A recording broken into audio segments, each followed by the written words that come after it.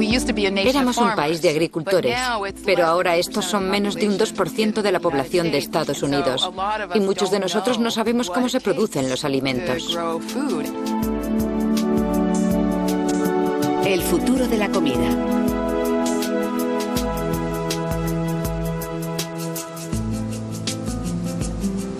Hace unos 12.000 años, los hombres empezaron a plantar y a guardar semillas. La agricultura floreció y nacieron las civilizaciones. En China se cultivaban miles de variedades de arroz. Unos 5.000 tipos de patatas se sembraban en todo el mundo. Solo en Estados Unidos se cultivaban más de 7.000 variedades de manzanas en el siglo XIX. En el siglo XX, la agricultura experimentó un cambio radical. La fabricación de bombas de nitrógeno durante la Primera Guerra Mundial llevó al desarrollo de fertilizantes químicos nitrogenados.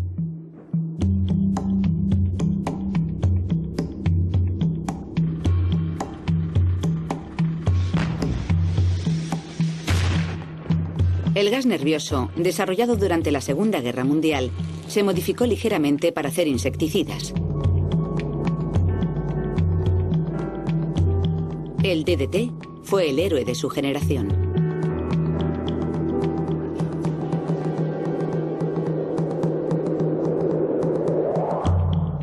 Las nuevas tecnologías prometían mayor rendimiento, más producción de comida, precios más baratos y mayor disponibilidad. A mediados del siglo XX, estas tecnologías, junto con nuevos avances en el cultivo de vegetales, condujeron a la Revolución Verde.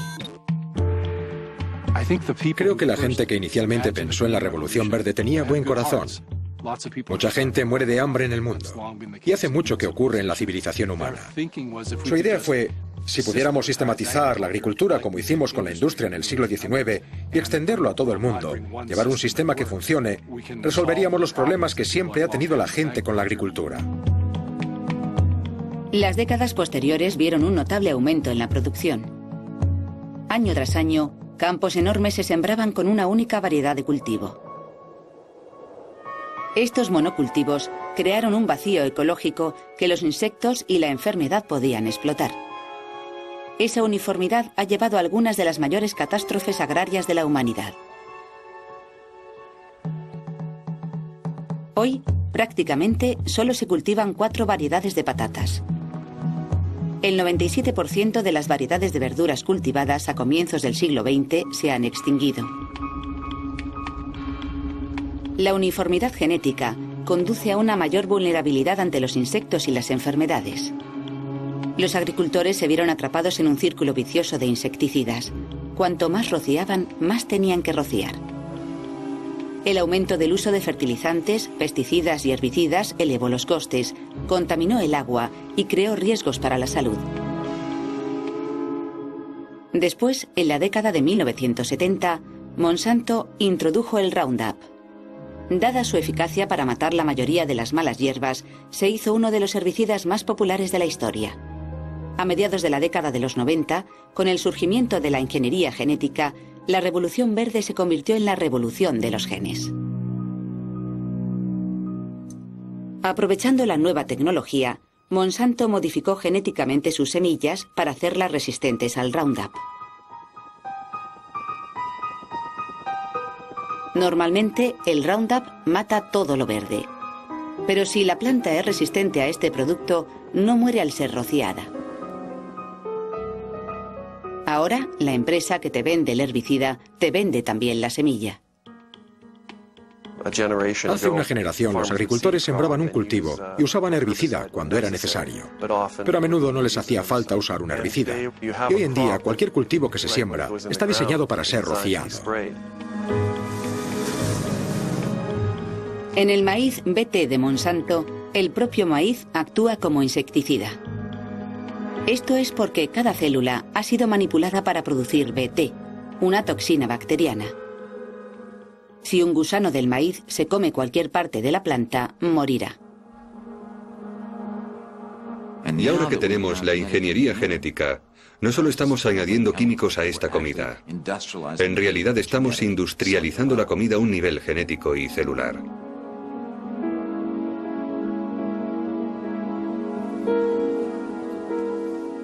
Uno de los aspectos más polémicos de la Revolución Verde es la patente de semillas. Hay una muy buena razón que explica por qué durante prácticamente 200 años la Oficina de Patentes y el Congreso no permitieron que se patentara la vida. El artículo 1 de la Constitución garantiza el derecho de patentes. Los cultivos alimenticios fueron excluidos de la patentabilidad por motivos éticos. A partir de la década de 1930, se concedió a los cultivadores el derecho a patentar su trabajo. Pero la protección de patentes no se ampliaba a las generaciones posteriores de semillas. Cuando patentas una raqueta de tenis con, digamos, un nuevo punto de impacto, puedes describirla con gran precisión en la oficina de patentes, pero ¿cómo se puede describir toda una planta? Y mucho menos tras varias generaciones cuando ha cambiado y mutado.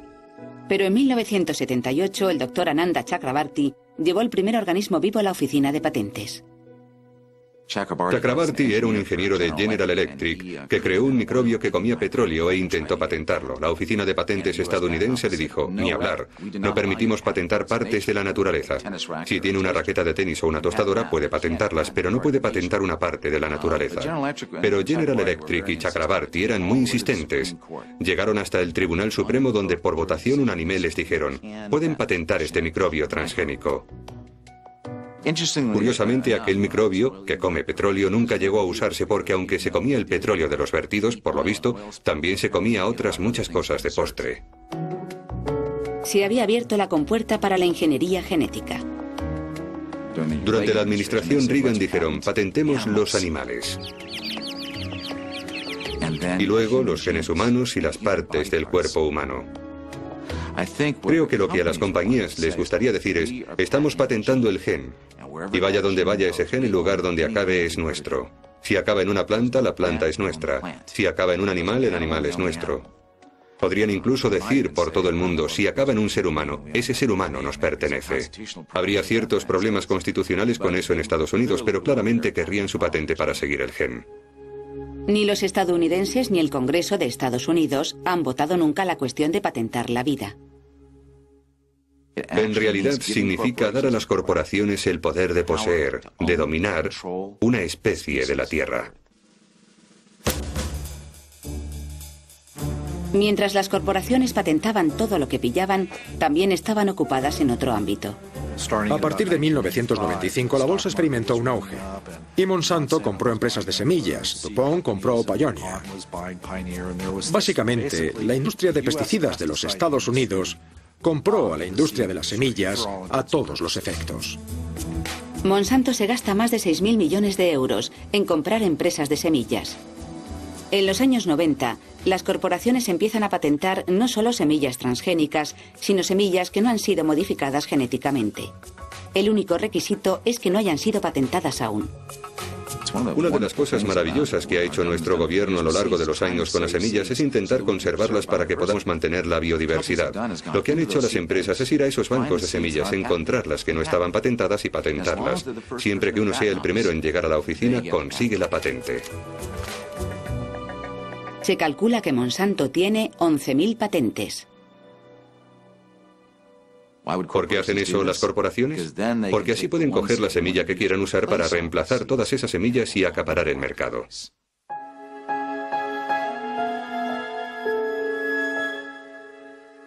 En Canadá, el dilema de las patentes aterrizó directamente en las tierras de Percy Schmeiser.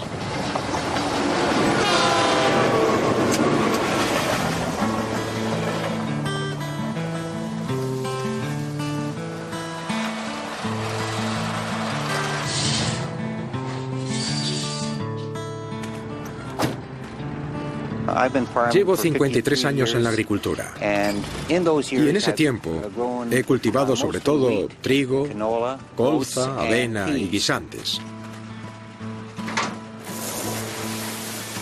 Cuando nuestros abuelos llegaron a este país, no existían las empresas de químicos y las de semillas, y tuvieron que utilizar y desarrollar sus propias semillas, pedírselas a los vecinos o traérselas de Europa.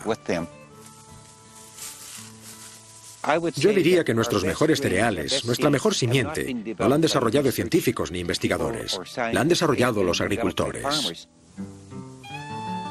En 1997, Percy roció Roundup de Monsanto alrededor de los postes de la luz y en las cunetas, como llevaban años haciendo.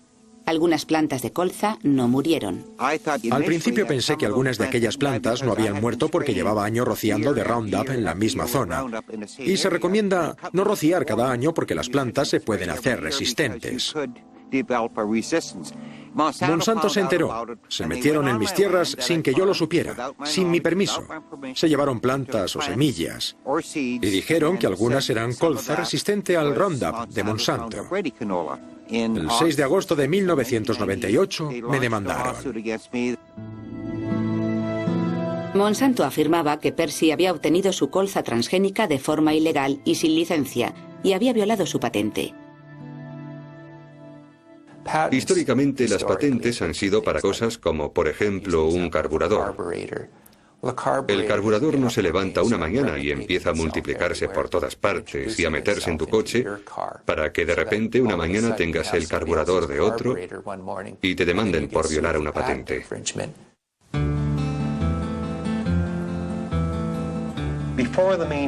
Antes del juicio, Monsanto retiró todas las alegaciones de que había conseguido sus semillas de forma ilegal. Se limitaron a decir que no importaba cómo hubiera llegado la simiente a mis tierras, pero que había violado su patente. Como mis tierras están en la parte este de la carretera principal, los vientos que soplan son sobre todo del oeste. Luego, sería normal que la colza que se vuela de los camiones aterrizara en estas tierras. De hecho, un labrador me dijo que cuando pasaba por mis tierras transportando colza resistente al Roundup, se le había roto la lona y calculaba que en mis 3 kilómetros y pico de tierra había perdido como para sembrar 800 hectáreas.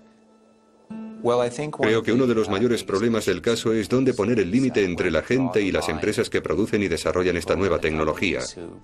Y argumentamos que el límite debía establecerse de modo que los agricultores tuvieran derecho a seguir sembrando.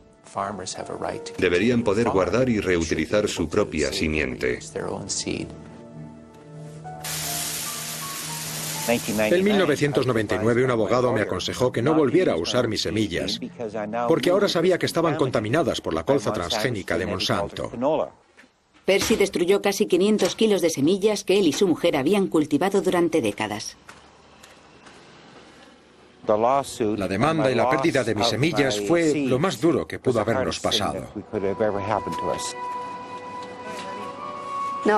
Ahora llega Monsanto y quiere quitarnos todo por lo que hemos trabajado todos estos años. Así sin más, ¿sabe? Y llegan y hacen lo que quieren con los agricultores, como si fueran suyos. Es desesperante. ¿Por qué persiguen a tantos pequeños agricultores cuando no van a sacar más que un par de cientos de miles? Si son una multinacional, ¿por qué? En el verano de 2000, mi familia y yo hablábamos de lo mal que nos parecía que Monsanto nunca nos hubiese mandado una carta ni nos hubiera dado las gracias por cooperar con su investigación en nuestro negocio. Nos quedamos de piedra al recibir una carta de un bufete de abogados de Nueva Orleans que representaba a la compañía Monsanto, que nos acusaba de violar su patente. Casi todos los labradores demandados de Estados Unidos con los que he hablado tienen historias parecidas. Vienen y examinan tus cultivos. La gente que no tiene nada que ocultar dice, bueno, verán que no hemos plantado las semillas que dicen.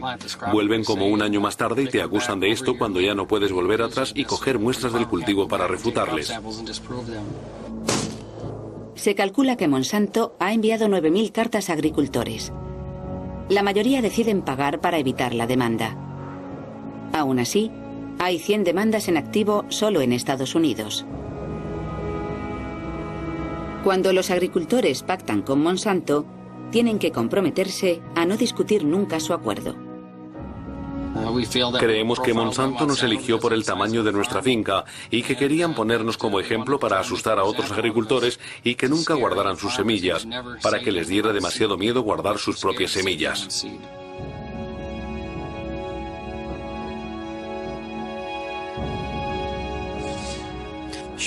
El caso Schmeisser abre la puerta a Monsanto para demandar otras violaciones de patentes. Mucha gente me ha preguntado por qué no cedí. Podría haberme conformado con una amonestación o quizá una multa de varios miles de euros.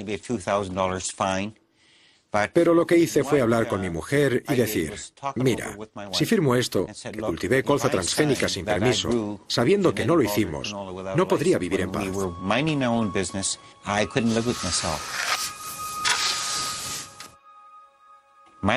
Mis abuelos no dejaron este sistema a principios de siglo para escapar de un sistema feudal. ¿Vamos a volver a eso? Dijimos, no. Lucharemos y defenderemos aquello en lo que creemos. ¿Y qué dictaminó el juez tras 2 semanas y media de juicio? Dijo que no importaba cómo hubiera llegado la colza transgénica a mis tierras, si sembrada o esparcida por el viento, por los pájaros, las abejas, los animales, o caída del camión de un labrador o como fuera. No importaba. El hecho de tener varias plantas violaba la patente de Monsanto. Segundo, dictaminó que todo agricultor que tenga una planta convencional, sea la que sea, ya sea un árbol o una semilla, si se contagia del gen de Monsanto contra tu voluntad y destruye tu propiedad, mi planta se convierte en propiedad de Monsanto. Ahora, párate a pensar lo que significa eso para agricultores, jardineros o todo lo relacionado con formas de vida. Tercero, en cuanto al hecho de que nunca hubiera usado la patente de Monsanto, lo que significa que nunca usé el herbicida Roundup ni ningún glifosato, dictaminó que era intrascendente. Dijo que el hecho era que allí había unas plantas. Eso muestra el poder de la ley de patentes sobre los derechos de los agricultores. Si echas un vistazo a un campo de colza mitad transgénica y mitad colza normal, no notarás la diferencia entre las dos. Crecen igual, reaccionan igual. La única forma de averiguarlo es rociar el campo con Roundup. Lo que muere es tu colza y lo que sobrevive le pertenece a Monsanto como resultado de este caso.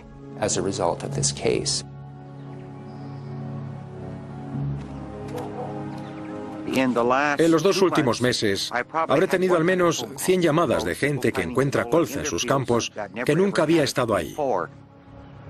Y se puede decir con seguridad que sería muy difícil encontrar un solo campo al oeste de Canadá que no esté contaminado hasta cierto punto de la colza transgénica de Monsanto.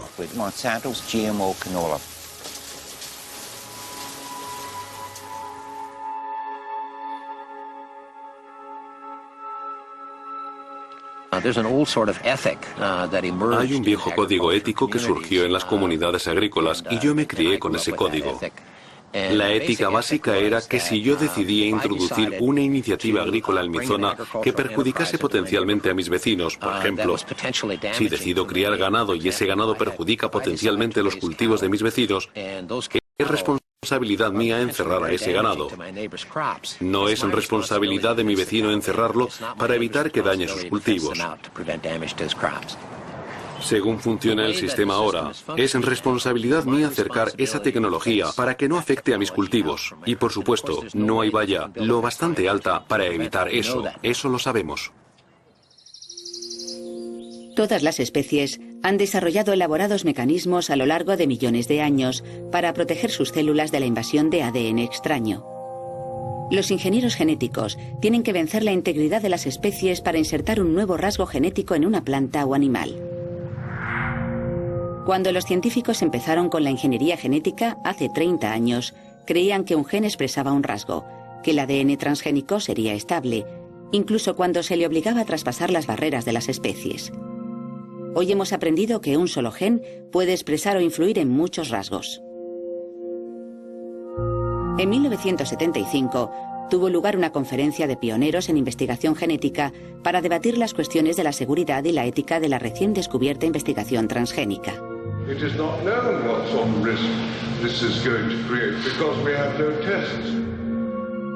Los delegados de la conferencia votaron para que todas las combinaciones de ADN y los organismos manipulados genéticamente quedaran guardados de forma segura en los laboratorios.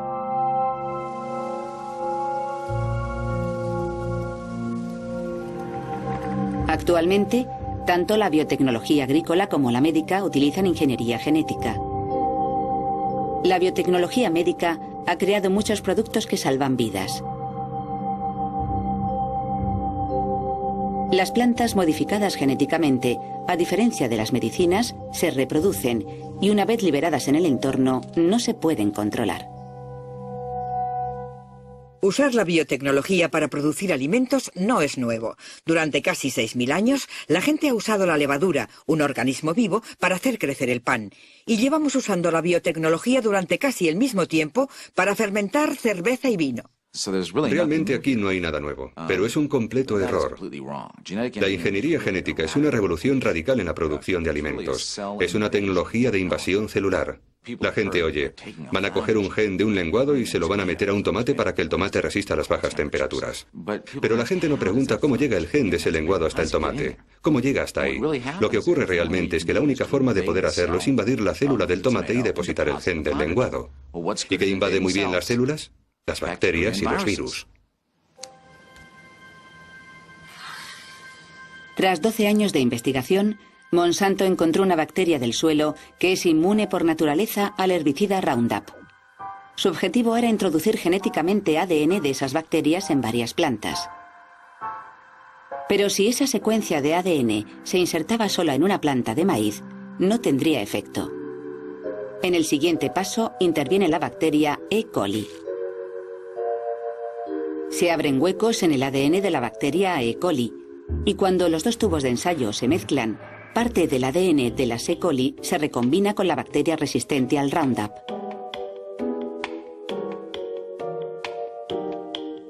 Las células rechazan naturalmente el ADN extraño, así que desarrollaron un método usando la bacteria del suelo que produce tumores en las plantas.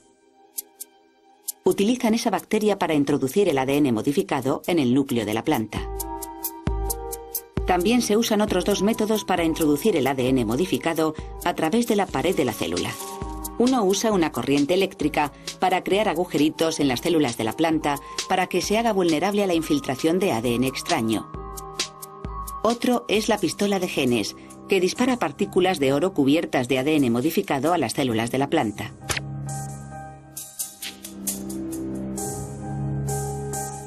Estos tres métodos necesitan un gen promotor que active las características deseadas. El gen promotor se extrae a menudo del virus del mosaico de la coliflor.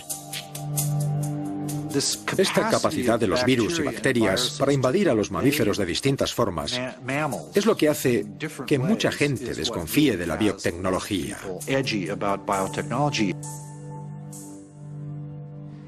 Y hacen una cosa más. A eso le unen un sistema indicador de antibióticos.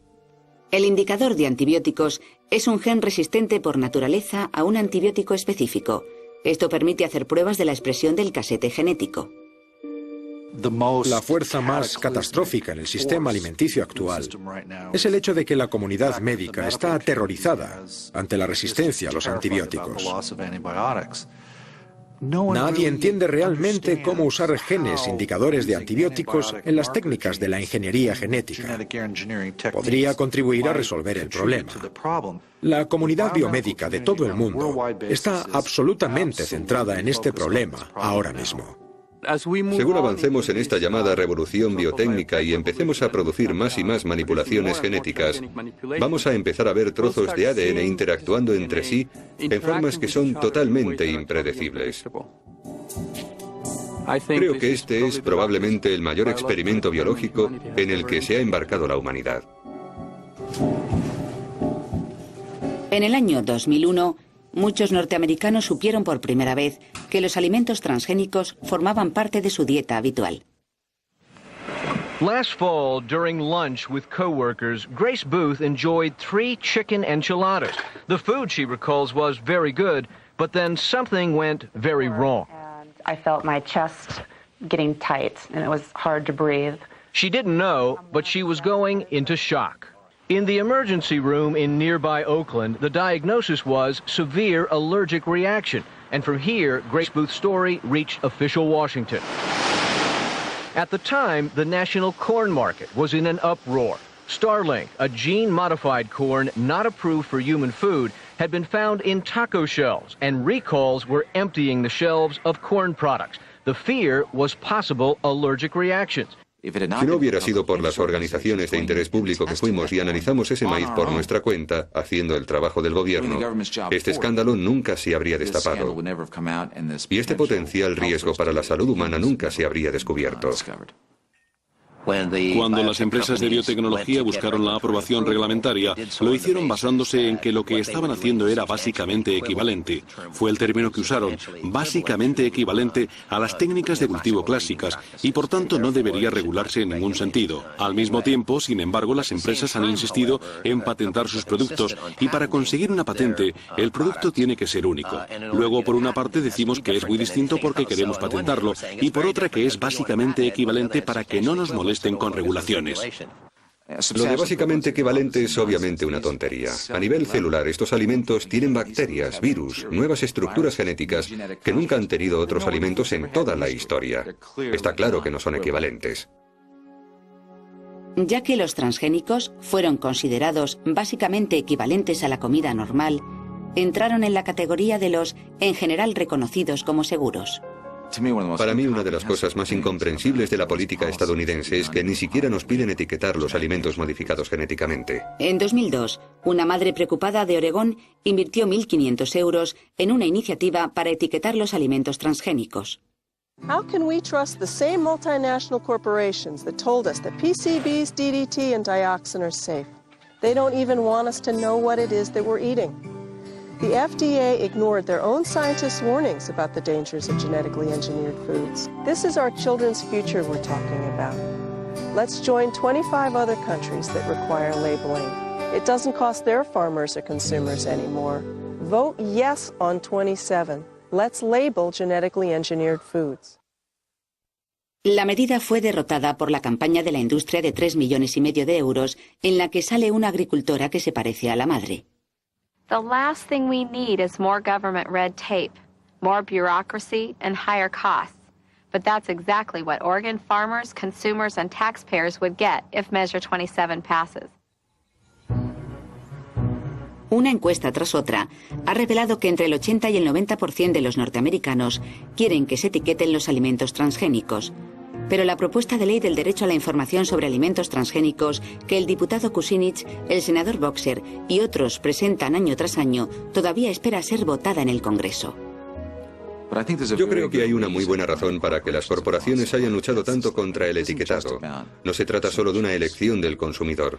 Sin etiquetado no se puede seguir el rastro de los efectos en la salud de los productos transgénicos. Si eres una madre que da a su hijo papillas y en la etiqueta no pone que es soja modificada genéticamente, por ejemplo, y tu hijo sufre una reacción tóxica o alérgica, es imposible saber que la ha causado la ingeniería genética porque no viene en la etiqueta. Si por el contrario estuviera en la etiqueta, podrías decir, ¿saben qué? Puede que eso haya contribuido a la reacción de mi hijo. Vas al médico, el médico lo apunta y ya se puede hacer el seguimiento. Y se puede ir creando una base de datos sobre los efectos en la salud. Y por supuesto, cuando esa base de datos se cree, podremos exigir responsabilidades a las corporaciones. Los japoneses están muy preocupados por los efectos de los alimentos transgénicos.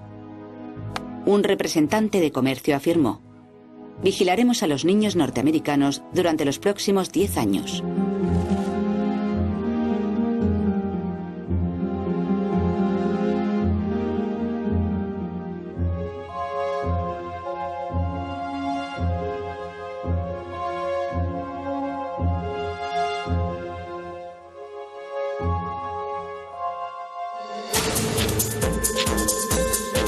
Pero, ¿cómo se consiguió que el gobierno aprobara la polémica nueva tecnología? Al final del primer mandato de Bush, Dan Quayle dirigía algo llamado el Consejo de Competitividad. We will ensure that biotech products will receive the same oversight as other products, instead of being hampered by unnecessary regulation. Lo que recomendaba el Consejo de Quayle es que no hubiera ningún tipo de regulación para estos alimentos. Eso indignó a los científicos de la FDA. Hay gran cantidad de documentación según la cual los científicos de la FDA dijeron: hay que someter a prueba la comida. Esta comida puede ser tóxica, puede crear nuevos alergenos. El proceso de modificación genética, esa invasión celular que es la ingeniería genética, puede mermar la nutrición. Puede crear problemas inmunológicos en animales de laboratorio. Hay que someter a prueba todas esas cosas, por no hablar de los efectos medioambientales. Pero Dan Quayle y su consejo dijeron, ni hablar. Queremos ser los primeros del mundo en comercializar esta comida. La FDA seguía negándose. ¿Y qué hicieron? Trajeron a un comisario delegado de políticas alimentarias, un hombre llamado Michael Taylor. Michael Taylor trabajaba en la consultora King & Spalding como asesor jurídico de Monsanto. Había redactado la normativa de la industria, que era prácticamente inexistente, y por supuesto permitió que esa política de no normativa se hiciera política oficial de Estados Unidos en 1992. Los empleados de Monsanto y los de la agencia reguladora del gobierno son los mismos.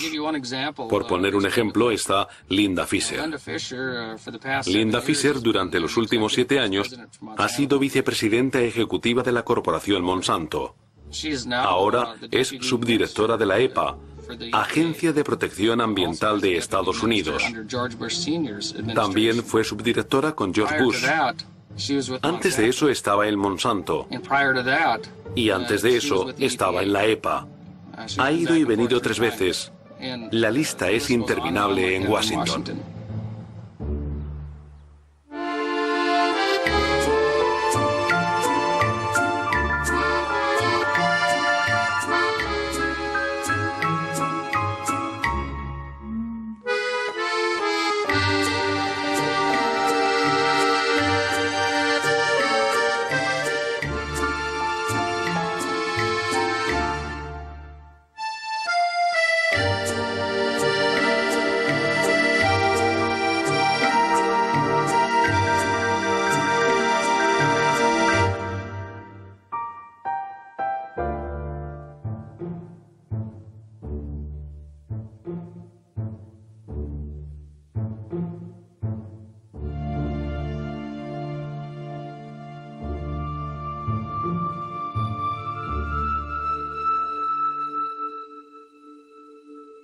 Si nos hiciéramos la pregunta adecuada, detendríamos esta tecnología para los próximos 50 o 100 años. Pero ha ocurrido justo lo contrario. Solo en Estados Unidos, la colza, el maíz, el algodón y la soja transgénicos, que no existían en los años 80, aumentaron en 1,5 millones de hectáreas en 1996. Y pasaron a 40 millones de hectáreas en 2003.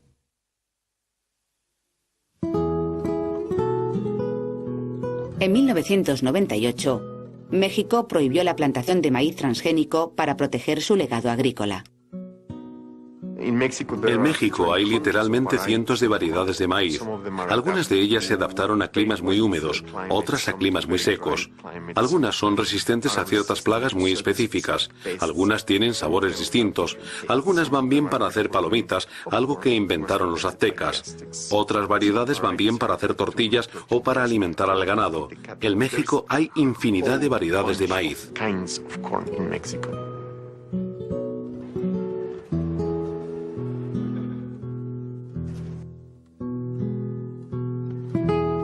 Hace unos 7.000 años, la gente que vivía en México empezó a domesticar el maíz. El maíz no solo es la base de su alimentación, también es parte de la cultura.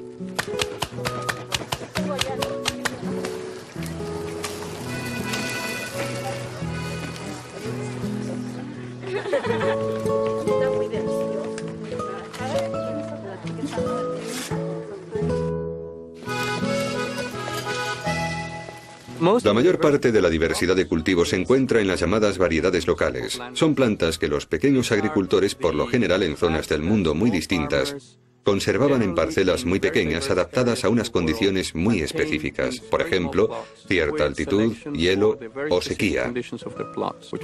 Esta es, en realidad, la base de la diversidad que continuamente estamos explotando para mantener nuestra producción comercial de cultivos para alimentar al mundo.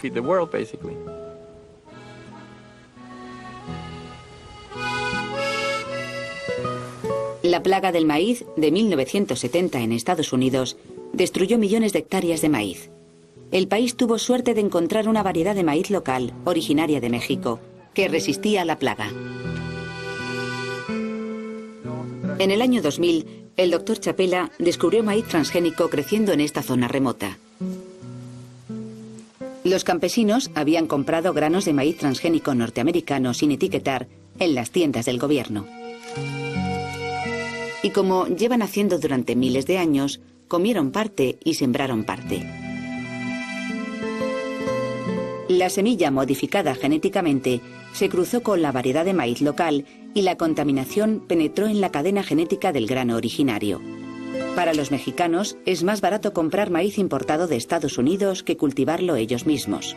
Esto es porque el maíz norteamericano está subvencionado por los contribuyentes, mientras que el maíz mexicano no está subvencionado. Sin embargo, muchos mexicanos prefieren cultivar sus variedades nativas de maíz. ¿Por qué usted está tan necio de estar plantando la misma semilla en toda selección? ¿Cuál no comprar? Bueno, nosotros lo tomamos como un ahorro, porque también a veces, digamos, falta de económico, pues no tenemos que correr a la Conasur para comprarlo. Sin embargo, estamos comiendo, según nosotros estamos comiendo lo mejor, porque es un maíz que es... ¿Todo eso? Sí. Es que el trabajo que ustedes hacen aquí es un trabajo que reditúa, pero para el mundo. Sí.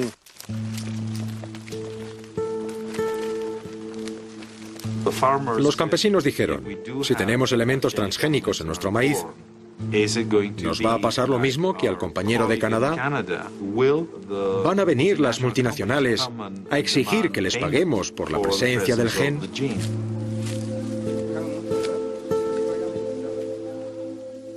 En noviembre de 2001, el Dr. Chapela publicó un artículo evaluado por expertos en la revista científica Nature, en el que desvelaba la contaminación de los organismos modificados genéticamente. Nos tomamos esto muy en serio desde el principio. Hemos estado haciendo estudios, recopilando muestras y sembrándolas, intentando en principio duplicar los resultados del Dr. Ignacio Chapela, lo que conseguimos. Y ahora vamos a dar un paso más a identificar este problema. Este es un asunto un tanto polémico, porque no queríamos poner en peligro nuestra herencia genética de ninguna forma. Si esto va a tener otras consecuencias, bueno, es tema de debate. El hecho es que esas secuencias no tenían por qué estar en estos maíces y ahora lo están. Ese es el gran problema para nosotros.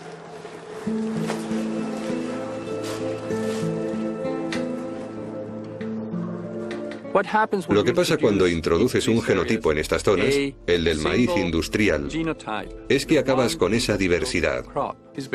Y eso a largo plazo es una gran amenaza para la seguridad de los alimentos. No solo para las personas que viven aquí, sino también para nosotros. Si no tenemos acceso a esos recursos genéticos, nos enfrentaremos a retos que no vamos a ser capaces de resolver.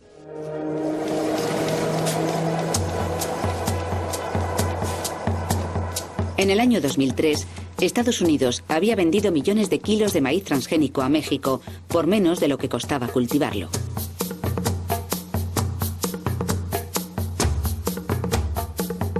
En todo el mundo, aumentaba la oposición a los cultivos transgénicos exportados por Estados Unidos.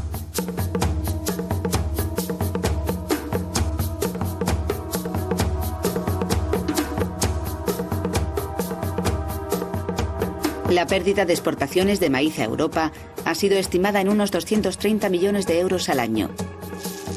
Esto solo ha agravado la crisis agrícola de Norteamérica. Junto al agricultor están las compañías petrolíferas de gas natural y de fertilizantes, las compañías de semillas, productos químicos y maquinaria y los bancos.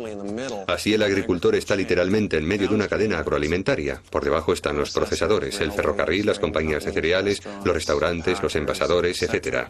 Los agricultores no son los que ganan dinero. Hay dinero a ambos lados de los agricultores, pero no es para ellos. Cuando pones un euro en el mostrador para comprar pan, ese dinero pasa a las manos de los intermediarios. Se trata de corporaciones de más de 7.000 millones de euros, con solo un competidor o dos. Y el molinero que hace la harina puede hacer lo mismo. La empresa de cereales que proporcionó el cereal. Cuando vuelve al agricultor solo quedan 5 céntimos y luego están esos poderosos proveedores al otro lado que pueden quitárselo al agricultor del bolsillo. Acabo de hacer un estudio de los costes y beneficios económicos del maíz BT.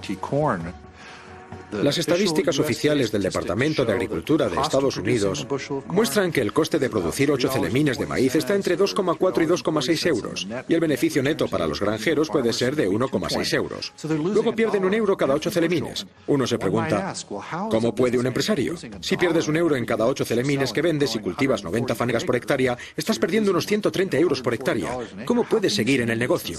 Y la respuesta son las subvenciones del gobierno. Las subvenciones mantienen los cultivos más extendidos: maíz, trigo, algodón y soja. Son los cultivos en los que se fijó la industria como primeros cultivos transgénicos. Tiene que ser tranquilizador saber que, por muy grande que sea la diferencia entre lo que sacan los agricultores del mercado y lo que les cuesta producir, el gobierno va a estar ahí para compensar esa diferencia. En 2002, el presidente Bush firmó uno de los mayores proyectos de ley sobre subvenciones hasta la fecha. Aunque no se haya llamado rebaja de las semillas transgénicas, es sin embargo lo que mantiene el interés de los agricultores en estos costosos sistemas de producción.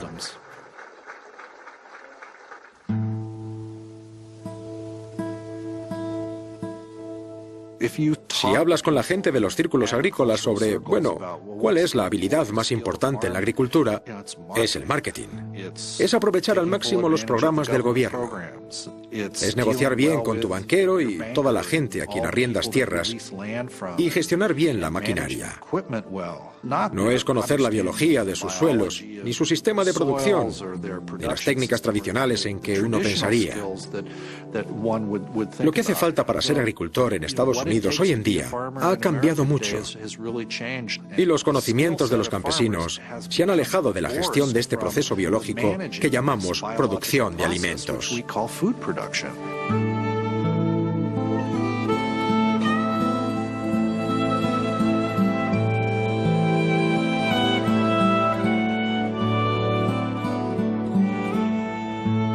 En la Norteamérica rural la gente valora la comunidad, la amistad y el compañerismo. Pero mientras las granjas se hacen más grandes y homogéneas, y el control del capital y las decisiones de la gestión se trasladan a San Luis, Minneapolis o Kansas, cada vez hay más mano de obra contratada en las granjas. Se va erosionando la riqueza de la comunidad.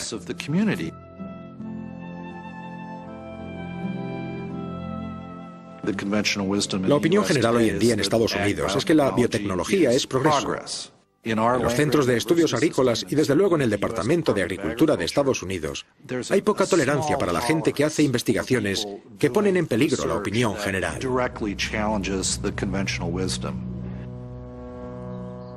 El reconocido científico Dr. Arpad Pusztai fue cesado 2 días después de que fuera debatida su investigación, que planteaba preguntas sobre el deterioro del sistema inmunológico y el crecimiento de ratas que habían comido patatas modificadas genéticamente. El investigador de la Universidad de Cornell, John Losey, descubrió que cuando a las orugas de la mariposa monarca se les daba de comer polen de maíz BT en el laboratorio, el 40% de ellas moría inesperadamente. Su investigación fue denigrada por la industria biotecnológica. La revista Nature desmintió el artículo de Ignacio Chapela tras publicar su trabajo evaluado por expertos. Entusiastas de la biotecnología desafiaron la interpretación de sus descubrimientos. La biología era un campo de investigación muy variado, pero debido a la llegada de esas tecnologías, venimos viendo una reducción y un recorte de todas las otras ramas de la biología solo para beneficiar ese ámbito. Y yo quiero luchar contra eso. Igual que vamos perdiendo diversidad genética, vamos perdiendo diversidad intelectual, lo que nos va a hacer muchísima falta en el futuro.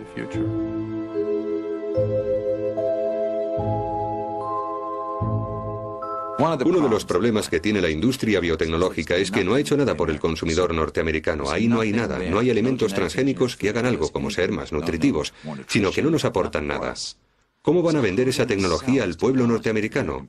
Pues se les ha ocurrido la idea de que tal vez la biotecnología debería venderse como la forma de alimentar a un mundo que se muere de hambre.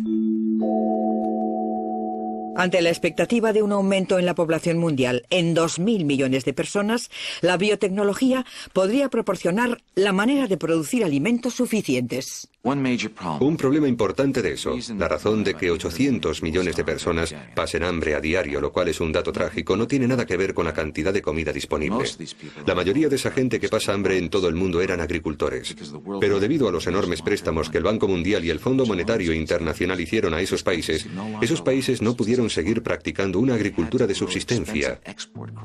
Tuvieron que sembrar cultivos caros y exportar al primer mundo para pagar esos préstamos. Así echaron a todos esos cientos de millones de agricultores de sus granjas que acabaron en las Bhopal, las Mexico City y las Brasilias del mundo sin dinero. Ya no cultivan sus propios alimentos y compiten por los escasos trabajos disponibles en la nueva industrialización de esos países. Ya no son independientes en el ámbito alimenticio. Amartya Sen, economista ganador del premio Pulitzer, tras una década de trabajo, ha señalado una y otra vez que el problema del hambre no es un problema de producción, sino un problema de acceso.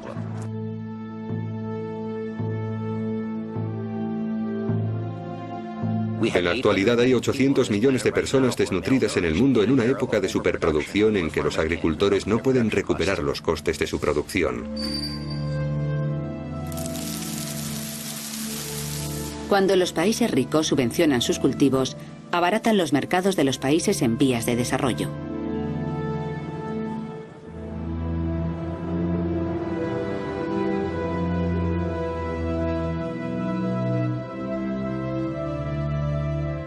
Según avanzamos hacia el futuro, ¿qué encontraremos en las estanterías de nuestros supermercados?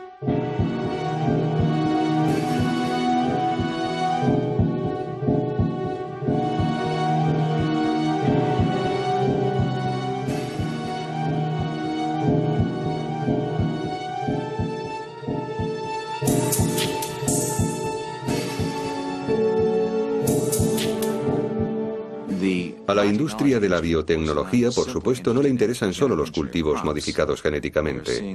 Estamos viendo cómo intentan extender su alcance al resto de la comunidad de seres vivos. Ahora mismo nuestro gobierno busca la aprobación del pescado transgénico, 15 tipos de pescado, así como crustáceos y cualquier otra cosa del mar que comamos. Se calcula que si se soltaran tan solo 60 salmones modificados genéticamente, toda la población de salmones podría extinguirse en 40 generaciones. Ganado transgénico y aves de corral. Y también insectos transgénicos y árboles.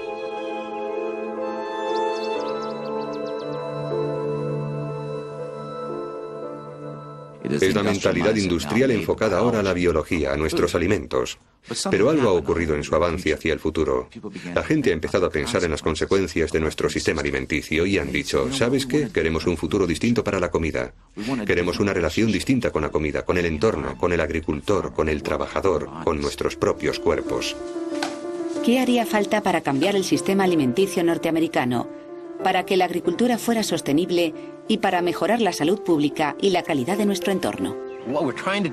Lo que intentamos hacer en la agricultura sostenible es usar recursos que estén en la ecología local y reciclar esos recursos dentro del sistema.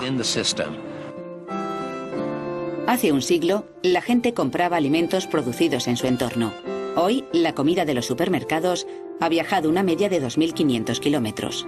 Eso requiere más petróleo importado e incrementa nuestra dependencia de otros países en cuanto a la comida. Los alimentos de esta granja viajan una media de 80 kilómetros. Hace unos 10 años iniciamos un programa para las familias de la zona de Bay, por el cual les damos una cesta de nuestros productos una vez por semana. Se llama Agricultura Sostenida por la Comunidad. Nuestra relación con esas familias nos animó a diversificar y ahora cada campo tiene sembradas muchas cosas distintas. Hay frutas, nueces, cítricos, uvas y también tomates, berenjenas y maíz.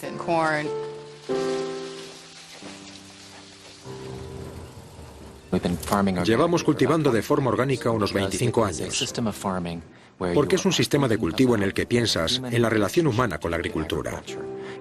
Piensas principalmente en producir buenos alimentos, alimentos de cuyas características y calidad nunca dudes, alimentos sanos que puedas dar a tus hijos con tranquilidad. Tenemos que respetar la lógica de la naturaleza en todo esto. Tenemos que respetar los milenios de historia de los cultivos. Este es el trabajo de miles de generaciones de gente que ha arrancado la cebolla silvestre, que ha desarrollado una un poco más grande, y no es algo que nadie pueda llamar suyo.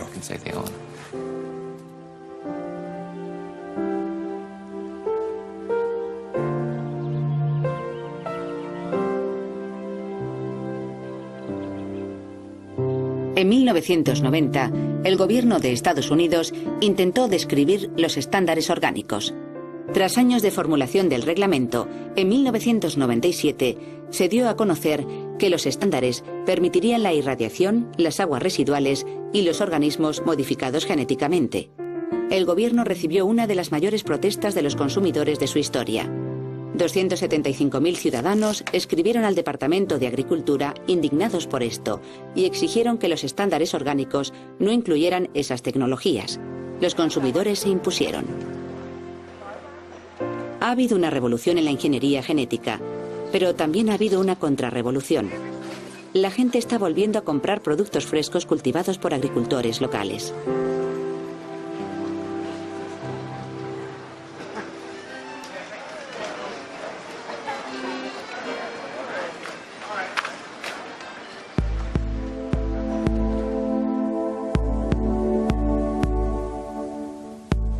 La agricultura orgánica, los mercados agrícolas y la agricultura sostenida por la comunidad son solo 3 de las muchas alternativas al modelo de la comida industrializada. Dakota del Sur y Nebraska, junto con otros 8 estados, han aprobado enmiendas constitucionales o leyes estatales que prohíben la agricultura no familiar. Cuando la corporación dijo que los habitantes de Nebraska no tenían autoridad para prohibir a las personas jurídicas el poseer tierras de cultivo, el Tribunal Supremo de Nebraska dijo que podían poner lo que quisieran en su constitución. Es su derecho fundamental, es la esencia del sistema democrático norteamericano. El consumidor sigue siendo el rey, y el problema es que los consumidores no pueden actuar a menos que tengan la información adecuada. Una de las cosas que podemos hacer todos es conseguir toda la información que podamos para ponerla en manos del público y en manos de los consumidores para que estos puedan seguir ejerciendo su voluntad. Dado que el sistema alimenticio es variable, puede cambiar rápidamente según las opiniones de la gente. Pero si la comida modificada genéticamente no se etiqueta, ¿cómo van a poder ejercer sus derechos los consumidores? Las elecciones que hacemos en los supermercados determinan el futuro de la comida. Alimentarnos es una de las cosas más íntimas que hacemos. Y si no podemos elegir en eso, creo que la situación es preocupante. Hay grandes grupos de gente en otros países que nunca han apoyado el modelo norteamericano de la agricultura a gran escala y el uso intensivo de productos químicos. Y desde luego, no han apoyado la idea de que es mayor la efectividad por tener 2 líneas aéreas en el mundo, o 4 fabricantes de automóviles, o 2 productores de software. Creen que lo que puedas ganar en efectividad lo pierdes en diversidad. Si va a haber un cambio o un desafío importante en la forma de gestionar las tierras de cultivo y de organizar los negocios agrícolas, creo que es una pregunta abierta. Y francamente, no creo que ocurra a menos que el público norteamericano y los propios agricultores se planten y digan, un momento, no queremos seguir por este camino. Somos un gobierno del pueblo, para el pueblo y por el pueblo. Y nosotros somos el pueblo. No queremos seguir por ahí.